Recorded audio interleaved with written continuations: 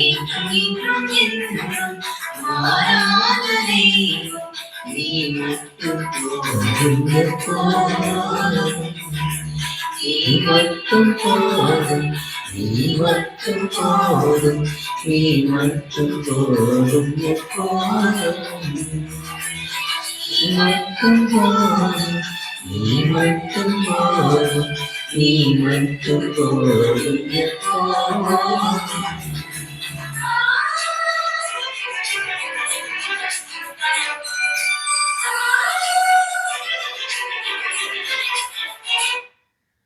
ஆண்டவர் உங்களோடு இருப்பாராக. மர்மாவோடும் இருப்பாராக. தூய லூக்கா எழுதிய பரிசுத்த நற்செய்தியிலிருந்து வாசகம். ஆண்டவரே மாட்சி உமக்கே. பிரிவு 6 இறைவார்த்தைகள் 39 45 முடிய. அக்காலத்தில் இயேசு தாம் சீடர்களுக்கு உவமையாக கூறியது, பார்வையற்ற ஒருவர் பார்வையற்ற வேறொருவருக்கு வழிகாட்ட இயலுமா? இருவரும் குளியில் விழுவர் அல்லவா? சீடர் குருவை விட மேலானவர் அல்ல, ஆனால் தேர்ச்சி பெற்ற எவரும் தம் குருவை போல் இருப்பர். நீங்கள் உங்கள் கண்ணில் இருக்கும் மரக்கட்டையை பார்க்காமல் உங்கள் சகோதரர் அல்லது சகோதரியின் கண்ணில் இருக்கும் துரும்பை கூர்ந்து கவனிப்பதே.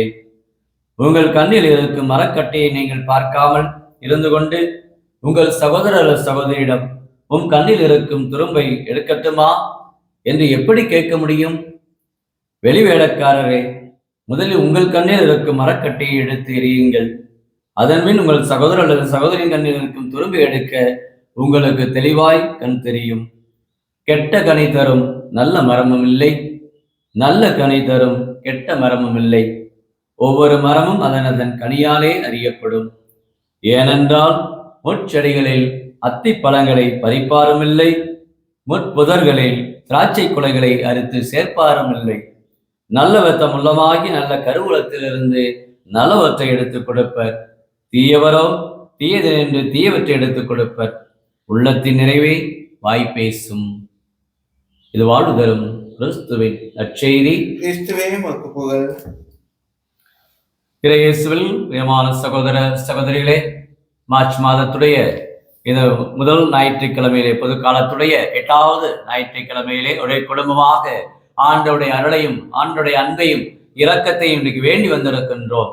ஆண்டவர் இந்த பொதுக்கால 8வது ஞாயிற்றுக்கிழமையிலே தற்பெருமை கொள்ள வேண்டாம் என்பதை இன்றைய இறை வார்த்தையில் வழியாக நம் ஒவ்வொருடைய மனிதனுடைய வாழ்வும் பேச்சும் எப்படி இருக்க வேண்டும், தாழ்ச்சியோடும் பணிவோடும் கனிவோடும் இரக்கத்தோடும் நம்முடைய வாழ்வு இருக்க வேண்டும் என்பதை மார்ச் மாதத்திலே ஆண்டவர் நம் ஒவ்வொருவருக்குமே திருக்குடும்ப பாதுகாவலர் சூசேப்பர் தன்னை மரியாள் இயேசு வாழ்ந்த அந்த திருக்குடும்பத்தை போல நாம் வாழ வேண்டும் என்று இந்த மார்ச் மாதத்திலே ஆண்டவர் அன்போடு நம் ஒவ்வொருவருக்கு அழைப்பு கொடுக்கின்றார். ஆக இந்த நாள் ஒரு ஆசீர்வதிக்கப்பட்ட நாளாக இந்த மார்ச் மாதத்திலே ஆண்டவர் வந்திருக்கிற ஒவ்வொருவரையுமே இந்த நாளில் ஆண்டவர் நிறைவாக ஆசீர்வதிக்கின்றார்.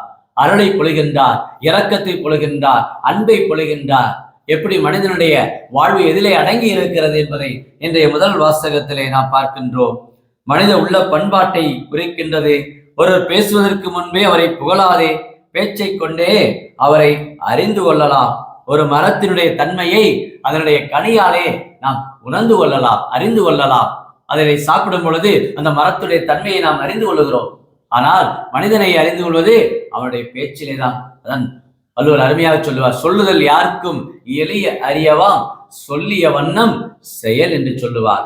இன்றைக்கு பேசக்கூடிய இந்த உலகத்திலே எங்கு பார்த்தாலும் முழக்கங்கள், எங்கு பார்த்தாலும் தங்களுடைய உரை வீச்சு, எங்கு பார்த்தாலும் தங்களுடைய எண்ணங்கள், தங்களுடைய கருத்துக்கள், தங்களுடைய சிந்தனைகளை இன்றைக்கு பேசக்கூடியவர்கள் அநேக பேர் பேசக்கூடிய உலகம். இன்றைக்கு விளம்பர உலகமாக இன்றைக்கு நம்முடைய மனிதனுடைய வாழ்வை பார்க்கிற பொழுது எங்கும் பெருமைகளை பேசக்கூடிய ஒரு உலகமாக இன்றைக்கு இருக்கிறது. யார் என்னை புகழ்வார்கள், யார் என்னை பற்றி பெருமையாக பேசுவார்கள் என்று இன்றைக்கு காத்து கொண்டிருக்கிற மனிதர்கள் ஏராளமான பேர். இன்றைய வரலாற்றிலே எத்தனையோ மனிதர்கள் இன்றைக்கு பிறக்கின்றார்கள், வரலாற்றிலே எத்தனையோ மனிதர்கள் பயணிக்கின்றார்கள், வரலாற்றிலே எத்தனையோ மனிதர்கள் சாதிக்கின்றார்கள். யாரெல்லாம் தங்களுடைய வாழ்க்கையிலே ஒரு நிறைவோடு தங்களுடைய வாழ்வில் இருக்கிறார் என்றால் பொறுமையோடும் அமைதியோடும் தங்களை மையப்படுத்தாது கடவுளை மையப்படுத்தி வாழ்ந்தவர்கள் சரித்திர படைத்திருக்கின்றார்கள். தூய பிரான்சிஸ் அசிசியாருடைய வாழ்நாளிலே நாம் பார்க்கின்றோம். தன்னுடைய தந்தையிடத்திலிருந்து எல்லா சொத்துக்களையும் அவர் வாங்கி ஏழைகளுக்கு கொடுத்துவிட்டு வனவாசம் சென்றார். தன்னுடைய வாழ்விலே தாழ்ச்சியோடும் அன்போடும் பொறுமையோடும் இந்த உலகம் என்பது நிலையற்றது என்பதை தன்னுடைய வாழ்விலே உணர்ந்தவராக கடவுளை பெருமைப்படுத்துவதிலே, கடவுளை மையப்படுத்துவதிலே தூய எலியா இறைவாக்கிற தன்னுடைய வாழ்நாளிலே நீ என்ன செய்து கொண்டிருக்கிறாய் என்று ஆண்டவர் கேட்ட பொழுது, சேனைகளின் கடவுளாகிய ஆண்டவர் மீது நான் மிகுந்த ஆர்வம் கொண்டவனாக இருக்கிறேன் என்று சொன்னார். பாருங்கள், இதுதான் கடவுளை மையப்படுத்துவது, கடவுளை போற்றுவது, கடவுளை புகழ்வது. இதுதான் ஒவ்வொரு மனிதனுமே தங்களுடைய வாழ்விலே ஒரு செய்யக்கூடிய ஒரு காரியம். இதைத்தான் கடவுள் நமக்காக இந்த உலகத்தை படைத்து பராமரித்து பாதுகாத்து மனிதர் ஒவ்வொருடைய பொறுப்பிலும் ஆண்டவர் இந்த உலகத்தை கொடுத்திருக்கிறார். ஆனா நாம் இன்றைக்கு நம்மை பெருமையாக நம்மை பேச வேண்டும், நம்முடைய வாழ்வுடைய செயலில் தெரிய வேண்டும், பிறர் என்னை புகழ வேண்டும், பிறர் என்னை பார்க்க வேண்டும் என்று இன்றைக்கு வாழ்ந்து கொண்டிருக்கிறோம். அது அல்ல மனிதனுடைய வாழ்வு. கடவுள் நம்முடைய புறத்தை பார்ப்பதில்லை, மாறாக உள்ளத்தை பார்க்கிறார். பார்க்கிறோம் மனிதனுடைய இந்த உள்ள பண்பாட்டை ஆண்டவர் இன்னைக்கு நமக்கு சொல்லுகிறார். ஒரு மரத்துடைய அந்த தன்மை அதனை கனியால் அறிவது போல ஒரு மனிதனை பேச்சினால் அறியலாம் என்று சொல்லுகின்றார்.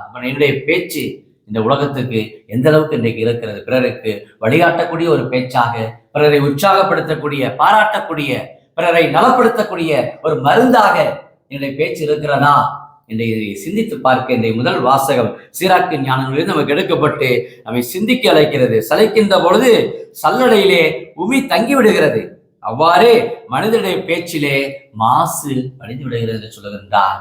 ஆக உள்ளன்று வைத்து புறமொன்று பேசக்கூடியவர்கள் அநேக பேர், உள்ளன்று வைத்து புறமொன்று பேசக்கூடியவர்கள், ஒருத்தரை பார்த்ததும் ஒருவர் பேசக்கூடியது, ஆனால் உள்ளத்திலே அவன் மீது பகை கொண்டு உள்ளத்திலே இவர்கள் வேண்டாம் என்று ஒதுக்கிய நிலையை இன்றைக்கு பார்க்கிறோம்.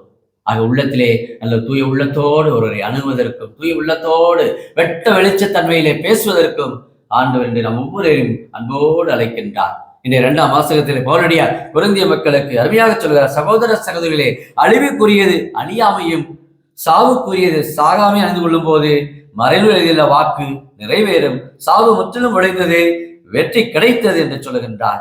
ஆக உழைப்பது, ஆண்டவருக்காக நீங்கள் உழைப்பது வீண் போகாது என்பதை அறிந்து ஆண்டவருடைய பணியை இன்னும் அதிகமாக எப்போதும் செய்யுங்கள் என்று சொல்லுகின்றார். கிறிஸ்துவுக்காக உங்களுடைய உழைப்பை கொடுங்கள். இன்னைக்கு எல்லாரும் உழைக்கின்றோம். யாருக்காக உழைக்கிறோம்? எனக்கு, என் குடும்பம், என்னுடைய வாழ்வு, என்னுடைய சுயநலம், என்னுடைய சொத்து, என்னுடைய வாழ்வு என்று ஒரு சுயநல போக்கில் இன்றைக்கு வாழ்க்கை பயணித்துக் கொண்டிருக்கிறது. அதைத்தான் ஆண்டவர் இன்னைக்கு சொல்லுகிறார். கடவுளுக்காக நீங்கள் உழைப்பதற்கும் இறை ஆட்சியை பற்றி இந்த ஆண்டு யூபிலி ஆண்டு எதிர்நோக்கின் பயணிகளாக இறைவார்த்தை அறிவிப்பது, இறையாட்சியை பிறருக்கு பறைசாற்றுவது போன்ற உயர்ந்த எண்ணங்களிலே நாம் வாழ்வதற்கு, நம்மை பெருமைப்படுத்த அல்ல, மாறாக நம்மை படைத்து உருவாக்கி கடவுளை வார்த்தைகளை அறிவித்து அவரை நாம் கனப்படுத்த, அவரை பெருமைப்படுத்த ஆண்டவர் இன்றைக்கு நம்ம ஒவ்வொருவருமே 2ஆம் வாசகத்திலே பவுலடியார் அந்த கொரிந்திய மக்களிடத்திலே தங்களுக்குத்தான் ஞானம் உண்டு, தங்களுக்குத்தான் பெரிய செல்வம் உண்டு என்று நினைக்கிற அந்த கொரிந்திய மக்களிடத்திலே, பெரிய ஒரு வாணிப நகரத்திலே இருக்க அந்த கொரிந்து மக்களிடத்திலே நீங்கள் ஆண்டவருக்காக உங்களுடைய உழைப்பை நீங்கள் கொடுத்து அதன் வழியாக நீங்கள் கடவுளத்திலே நீங்கள் மகிமை பெறுங்கள் என்று சொல்கின்றார். ஆக அந்த கடவுளுக்காக உழைக்கக்கூடிய அந்த உள்ளம் இன்னைக்கு எத்தனை பேருக்கு இருக்கிறது என்று நாம் இன்றைக்கு சிந்தித்து பார்க்க ஆண்டவரை அழைப்படுகிறார். அதே சமயத்திலே நட்சத்திரை பார்க்கிறோம், எப்படி ஒரு மனிதனுடைய வாழ்வு பேச்சு எப்படி இருக்க வேண்டும். நீங்கள் உங்கள் கண்ணில் இருக்கும் மரக்கட்டையை பார்க்காமல் உங்கள் சகோதர சகோதரின் குறைகளை இன்றைக்கு எத்தனையோ பேர் தங்களை மறந்து விட்டார், தங்களை பற்றி பெருமையாக பேசிவிட்டு தங்களிடம் இருக்க குறைகளை யாரும் அதை வெளிப்படுத்த தயங்குவார்கள். தங்களுடைய இருக்க குறைகளை நான் குறையுள்ளவன் என்று இன்னைக்கு எத்தனை பேர் மற்ற முறை சொல்ல முடியும்? தங்களை பற்றி பெருமையாக நான் படித்தவன், நான் உயர்ந்தவன், நான் என்னுடைய சொத்துக்குரியவன், என்னுடைய பட்டங்கள் பதவிகள் என்று பேசக்கூடிய இந்த உலகத்திலே ஒரு மனிதனுடைய உள்ளத்தில் இருக்கிற குறைகளை இன்றைக்கு வெளியே சொல்ல முடியுமா? உன்னுடைய கண்ணில் இருக்கிற துரும்பை முதலிலே நீ எடு. அப்போ நம்மை நாம் சுத்திகரிக்க வேண்டும். ஒவ்வொரு மனிதனுடைய வாழ்வையும் நாம் ஆயத்தப்படுத்த வேண்டும். நம்முடைய இருக்கக்கூடிய பலவீனங்கள் என்ன, என்னுடைய வாழ்க்கையில இருக்கின்ற வளர்ச்சி என்ன, என்ன வாழ்க்கையில் இருக்கிற தளர்ச்சி என்ன, என்னிடம் இருக்கக்கூடிய குறைகள் என்ன, இதிலே நாம் பயணிக்க வேண்டும். உள்ளார்ந்த பயணத்தை ஆண்டவர் இன்றைக்கு சொல்லுகிறார். ஒரு மனிதனுடைய ஒரு முழுமை என்பது இதுதான் அடங்கி இருக்கிறது. ஒரு மனிதனுடைய வாழ்க்கையிலே தற்பெருமை அல்ல. வரிசையை பார்த்தார், சதுசெயலை பார்த்தார், எப்பொழுதுமே தங்களை பற்றி பெருமையாக பேசிக்கொண்டே இருந்தார்கள். ஆனால் செயல்பாட்டிலே அல்ல. வெள்ளையடிக்கப்பட்ட கல்லர் என்றவர்களை சாடுகிறார். அதான் இயேசு கேட்கின்றார், இவருடைய வாழ்க்கை எப்போதுமே பிறரை குறைப்படுத்த, பிறரை மட்டப்படுத்த, பிறரை தாழ்வுக்குரியவர்களாக ஆக்க அவருடைய பேச்சு இருக்கிறது. சில வேளைகளில் குடும்பத்திலே பார்க்கிறோம், கணவராக இருக்கலாம், மனைவியாக இருக்கலாம், பிள்ளைகளாக இருக்கலாம், எப்பொழுதுமே அவர்கள் பேசினாலே பிறரை தாழ்வுக்குரிய மனநிலை பார்ப்பவர், பிறரை மட்டம் தட்டியே தன்னுடைய வாழ்விலே பிறருடைய குறைகளையே சொல்லி சொல்லி சொல்லி பேசி பேசி அதிலே இன்பம் காணக்கூடிய பிள்ளைகள் அநேக பேர். அதான் சொல்லுவாங்க, நிறைய இடங்களில் பொது இடங்களில் செல்கிற பொழுது நீங்கள் குறைகளை இங்க இருக்கிற இந்த பாக்ஸில் எழுதி போட்டு விடுங்கள், நிறைகளை மற்றவர்கள் சொல்லுங்கள் என்று சொல்வார்கள். இன்றைக்கு குறைகளை இன்றைக்கு நம்முடைய உள்ளத்திலே கொண்டவர்களாக இன்றைய மனது பிறரை நாம் கனிவுசோடும் அன்போடும் நம்முடைய வாழ்க்கையிலே நாம் அவர்களுக்கு ஒரு முன்மாதிரியான ஒரு வாழ்க்கை வாழ ஆண்டவரை அன்போடு அழைக்கின்றார். குறைகளை பெரிதுபடுத்தல்ல, மாறாக நிறைவை நோக்கி நாம் பயணிக்க, நம்மிடம் இருக்கக்கூடிய குறைகளை நாம் கண்டுகொள்ள, நம்மிடம் இருக்கக்கூடிய பலவீனங்கள் என்ன, என்னுடைய வாழ்க்கையில் இருக்கிற சறுக்கல்கள் என்ன என்று தன்னை பற்றிய ஒரு ஆய்விலே நாம் வாழ ஆண்டவர் அழைக்கிறார். தற்பெருமைக்காக அல்ல, மாறாக நம்மையே வாழ்வை உணர்ந்து நம்முடைய வாழ்வினுடைய செயல்கள், நம்முடைய இருக்கக்கூடிய குறைகள், பலவீனங்கள், குற்றங்கள், பலவீனம் அனைத்தையும் நாம் அறிந்து அதிலிருந்து நாம் விடுபட. அதான் சொல்றார், உன் கண்ணில் இருக்கிற உன்னுடைய விட்டத்தை முதலில் நீ எடு, அதன் பிறகு உன் சகோதர சகோதரியை பார் என்று சொல்கிறார். அப்படி என்றால் இன்றைக்கு நாம் பிற இடத்துல பேச முடியுமா? பிற இடத்துல இன்றைக்கு அறிவுரை சொல்ல முடியுமா? முதலில் நாம் நம்மை பார்க்க, நம்முடைய உள்ளத்தை ஆராய்ந்து பார்க்க, சீர்தூக்கி பார்க்க, பகுத்தாராய ஆண்டவர் இன்றைக்கு நம்மை அன்போடு அழைக்கின்றார். ஆகவே தற்பெருமைக்காக அல்ல, மாறாக இயேசுவே என் வாழ்வில் பெருமை, இயேசுவே என் கோட்டை. அவளுடைய கலாத்திய மணலே 6ஆம் அதிகாரம் 14 நான் சிலுவையை குறித்து மட்டுமே நான் பெருமை கொள்ள, வேற எதை குறித்தும் பெருமை கொள்ள மாட்டேன் என்று சொல்லுவார். அப்ப நம்முடைய வாழ்வில் புனிதருடைய வாழ்க்கை, நம் ஒவ்வொரு புனித குழந்தை திரேசம்மாள் தன் வாழ்நாளிலே தன்னையே தாழ்த்தினாள். அந்த தாழ்ச்சி வழியாகத்தான் கடவுளை உயர்த்தினாள், கடவுளை மகிமைப்படுத்தினாள். அதுபோல இன்றைக்கு இல்லற வாழ்விலே வாழ்ந்துள்ள ஒவ்வொருவருமே தங்களை மையப்படுத்தாது இயேசுவை மையப்படுத்திய வாழ்வு, பிறரை மையப்படுத்திய வாழ்வு, பிற நலனை அக்கறை கொள்ளக்கூடிய அந்த வாழ்விலே வாழ இந்த ஞாயிற்றுக்கிழமை, மார்ச் மாதத்துடைய இந்த முதல் ஞாயிற்றுக்கிழமை, 8ஆம் ஞாயிறு நம்மை அன்போடு அழைக்கின்றது. ஆகவே நம்முடைய சொல் எப்படியாக இருக்கிறது, என்னுடைய பேச்சு எப்படிப்பட்ட பேச்சாக இருக்குது? பிறரை உற்சாகப்படுத்துறேனா, பிறரை பாராட்டக்கூடிய, பிறரை நலப்படுத்திய, குணப்படுத்தக்கூடிய பேச்சாக இருக்கிறதா, அல்லது பிறரை மட்டம் தட்டி பிறருடைய வாழ்க்கையை சீர்குலைக்கக்கூடிய, அவமானப்படுத்தக்கூடிய, ஏளனப்படுத்தக்கூடிய, ஒரு பழிச்சொல்லுக்கு பிறரை ஆளாக்கக்கூடிய என்னுடைய வாழ்க்கை, என்னுடைய பேச்சு இருக்கிறதா? சிந்தியுங்கள், உங்களுடைய பேச்சுக்களை மாற்றுங்கள். என மரத்தின் தன்மை கனியால் அறியலாம் என்று சொன்ன போல ஒரு மனிதனை அறிவது அவருடைய பேச்சை வைத்துதான், அவருடைய சொத்தை வைத்து அல்ல, அவருடைய பட்டத்தை அல்ல, அவருடைய படிப்பை வைத்து அல்ல, அவருடைய அறிவை வைத்து அல்ல, மாறாக அவன் எப்படி பேசுகின்றான். அதான் சொல்ல, எலும்பில்லாத நாக்கு எப்படியும் பேசு என்று சொல்வார்கள். அதுபோல நம்முடைய வாழ்விலே எப்படியும் புரட்டி புரட்டி புரட்டி பேசி இன்றைக்கு உறவுகளை இன்றைக்கு சீர்குலைத்து வாழ்கிற இந்த சமூகத்திலே ஆண்டவர் நல்ல வார்த்தைகளை, இனிய உளவாக இன்னாத கூறல் கனியிருப்ப கைக வந்துட்டு என்று வள்ளுவருடைய கூற்றுக்கிறாங்க. நல்ல வார்த்தைகளை, நலமான வார்த்தைகளை பேசி உறவை வளர்க்க, நம்முடைய குடும்பத்திலே சமாதானத்தை வளர்க்க, அன்பை வளர்க்க, பொறுமையோடும் கனிவோடும் இரக்கத்தோடும் இருந்த அந்த பார்வையிலே இயேசுவை போன்று நாம் பேசக்கூடிய அந்த மனநிலையை இந்த நாளிலே பெற்று வாழ நம்மை கடவுளை மகிமைப்படுத்தக்கூடிய ஒரு பாடலாக, நம்முடைய உரையாடலாக இருக்க ஆண்டவரிடத்தை அருளை வேண்டி ஜெபிப்போமாக. அன்பின் பரலோக பிதாவே, அப்பா இயேசுவே, அருமையான இந்த நாளுக்காக நன்றி கூறுவோம். புதுக்கால 8ஆம் ஞாயிற்றுக்கிழமையிலே நாங்கள் தற்பெருமையோடு வாழ மாட்டோம், மாறாக உம்மை மகிமைப்படுத்தவே, உம்மை போற்றவே, உம்மை புகழவே எங்களுடைய வாழ்வு இருக்கிறது என்பதை நாங்கள் அறிந்து ஆராய்ந்து எங்களுடைய வாழ்க்கையின் பயணங்களிலே வருகிற சறுக்கல்கள், தடைகள், பிரச்சனைகள் அனைத்தையும் நாங்கள் அறிந்து அதிலிருந்து வெளியே வரக்கூடிய, எப்போதுமே நாங்கள் பிறரை குறை சொல்லக்கூடிய மக்களாக அல்ல, பிறருடைய குறைகளையே பார்த்து பிறருடைய அதில் இன்பம் காணக்கூடிய மக்களாக அல்லாமல், நாங்கள் எங்களுடைய குறைகளை அறிந்து மனம் வருந்தி மனம் திருந்தி எங்களுடைய வாழ்விலே நாங்கள் உண்மை நோக்கி பயணிக்க, புனிதத்தை நோக்கி பயணிக்க, அருளை நோக்கி நாங்கள் பயணிக்க, எங்களுக்கு நல்ல உடல் உள்ள சரீர சுகத்தை இந்த மார்ச் மாதத்திலே நீர் கொடுக்கும்படியாக இந்த நாளை வேண்டுகிற ஒவ்வொரு குடும்பத்தார், இன்றைக்கு குடும்பத்திலே கவலையோடும் கண்ணீரோடும் இன்றைக்கு குடும்பத்தார், இன்றைக்கு ஒவ்வொருவருடைய பேச்சினாலும் இன்றைக்கு அநேக பாடுகள், ஒவ்வொருடைய சொல்லினாலும் இன்றைக்கு ஒரு சொல் வெல்லும், ஒரு சொல் கொல்லும் என்று சொல்வார்கள். அந்த அளவுக்கு இன்றைக்கு மனக்காயங்களோடு இருக்கிற பிள்ளைகள், எப்படி பேசிவிட்டேனே என்னுடைய